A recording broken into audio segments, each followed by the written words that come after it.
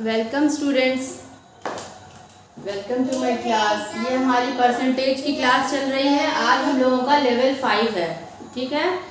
हम लोगों का लेवल 4 तक हो चुका है। हम लोगों ने सब इम्पॉर्टेंट क्वेश्चंस जो हैं वो यहाँ पे सॉल्व किए हैं। जो हमारे कंपटीशन में भी आते हैं उस टाइप के क्वेश्चन, वो हमने सारे सॉल्व किए हैं, ठीक है।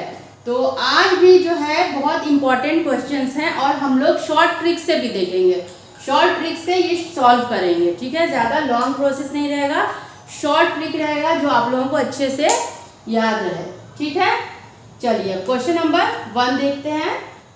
A number is increased by 30% and then it is decreased by 30%। एक नंबर है जिसको पहले क्या किया जाता है, 30% इंक्रीज किया जाता है, फिर उसको 30% डिक्रीज किया जाता है। तो बोल रहा है क्या, फाइंड द नेट इंक्रीज और डिक्रीज। तो उसमें इंक्रीज होगा या डिक्रीज होगा, वो आपको परसेंटेज जो है वो कैलकुलेट करना है। तो यहाँ पे देखने की बात ये है कि देखिए, पहले इंक्रीज जो हो रहा है वो भी 30% हो रहा है और जो डिक्रीज है वो भी 30% है। तो इस तरह से अगर दिया रहे सेम परसेंट में अगर इंक्रीज है और सेम परसेंट में डिक्रीज है, तो ये मोस्टली जो है डिक्रीज ही होता है। क्या आता है, डिक्रीज परसेंट ही हम लोग लास्ट में कैलकुलेट। देख लेते हैं यहाँ पे क्या हो रहा है, ठीक है। हाँ चलिए देखते हैं सॉल्यूशन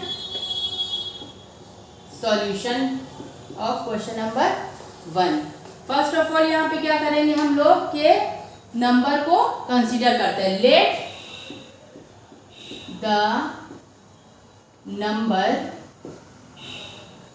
बी 100, ठीक है। नंबर क्या है, 100 है। The number is increase by 30%। तो पहले क्या हो रहा है, 30% इंक्रीज हो रहा है।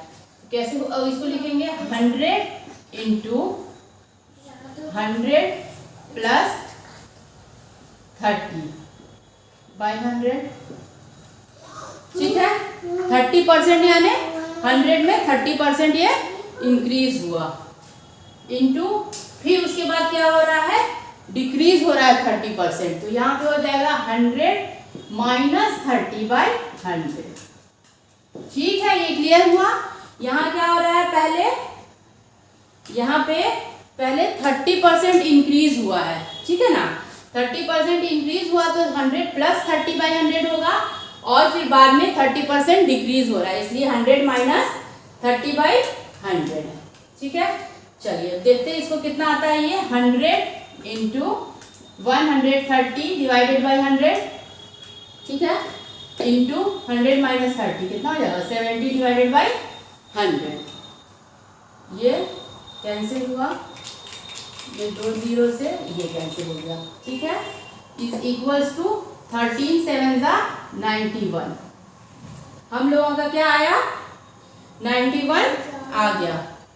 तो ये 91 जो आप देख रहे हैं ये क्या हो रहा है, पहले हमारा नंबर कितना था, 100 था और उसके बाद इंक्रीज और डिक्रीज होने के बाद नंबर क्या आता है, 91 आता है। तो ये डिक्रीज हो रहा है यहाँ पे।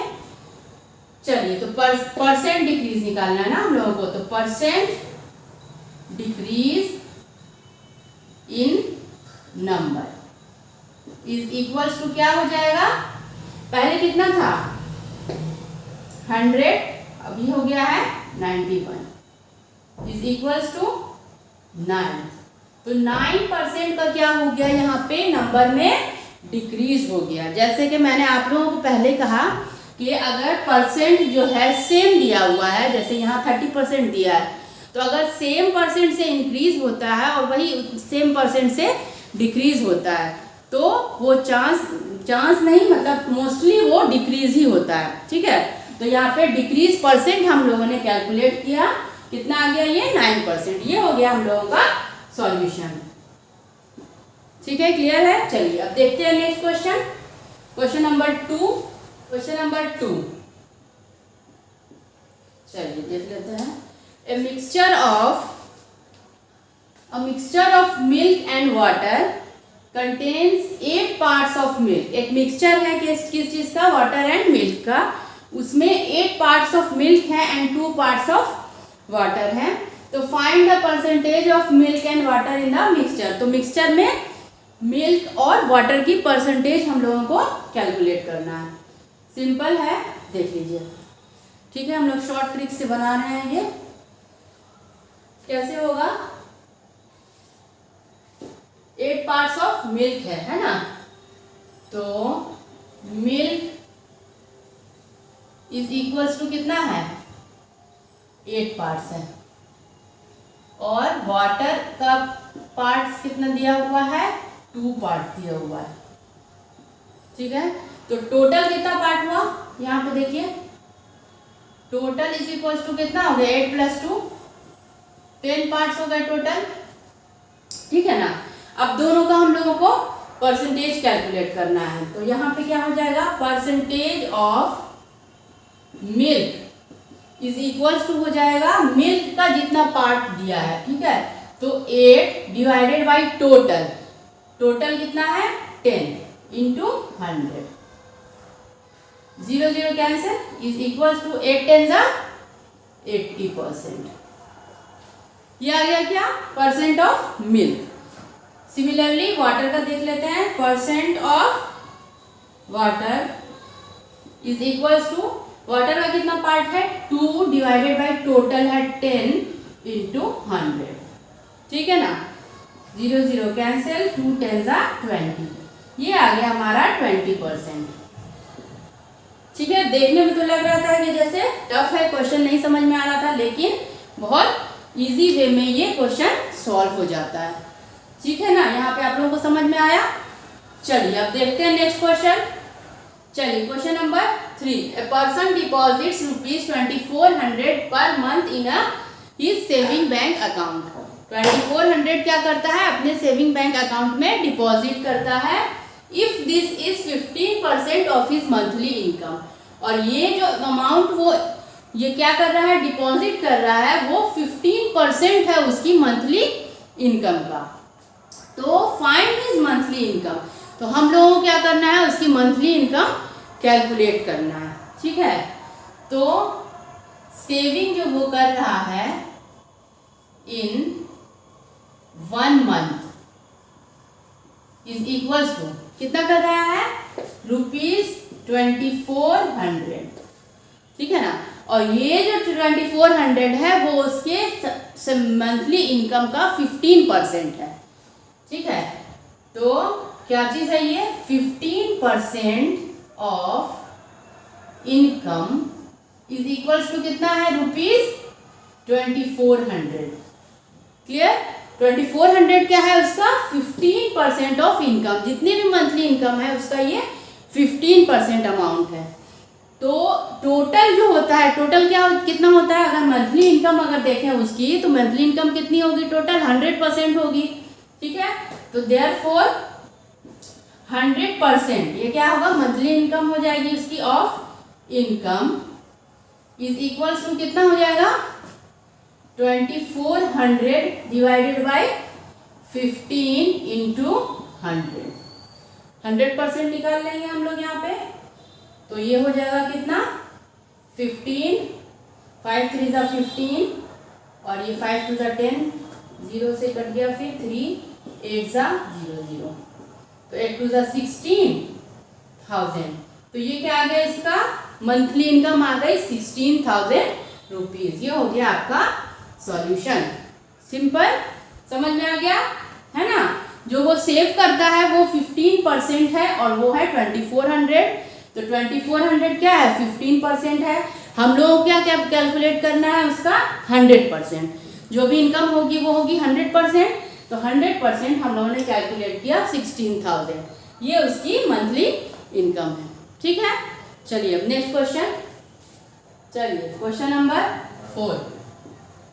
क्वेश्चन नंबर 4 क्या है? A house was sold through a commission agent. एक हाउस जो है बेचा गया है वो एक कमीशन एजेंट के थ्रू। His charges were at the rate of 3% on the first 20,000 rupees. 20,000 rupees जो फर्स्ट है उस पर वो 3% चार्जेस लेता है। ठीक है, and 1% on the remaining value, और जितने में भी वो हाउस सोल्ड किया गया उसके रिमेनिंग का जो भी अमाउंट है उस पर वो 1% चार्ज लेता है, ठीक है। If he received ₹950 as a commission, अगर उसको टोटल कमीशन कितना मिला, 950 मिला, तो find the amount for which the house was sold, कितने अमाउंट पे वो घर बिका, ठीक है। चलिए सॉल्व करते हैं।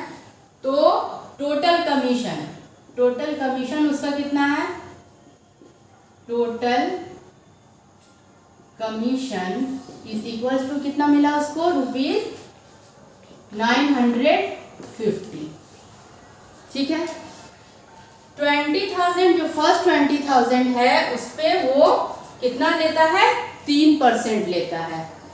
तो कमीशन कैसे बनेगा ये, commission on first 20,000 is equals to कितना होगा, 3% ले रहा है ना, तो 20,000 का 3% कितना हो जाएगा, 0 कैंसिल हो गया, 3 2 6, तो ये आ गया ₹600, मतलब 20,000 पे उसको मिल गया 600। तो कितना अमाउंट बच गया, कितना कमीशन बचा, 950 में से 600 वो 2000 पे ले लिया है, इज इक्वल टू ₹350। अब ये अमाउंट कितने इस पे मिला, उसको 1% पे मिला है, ठीक है ना।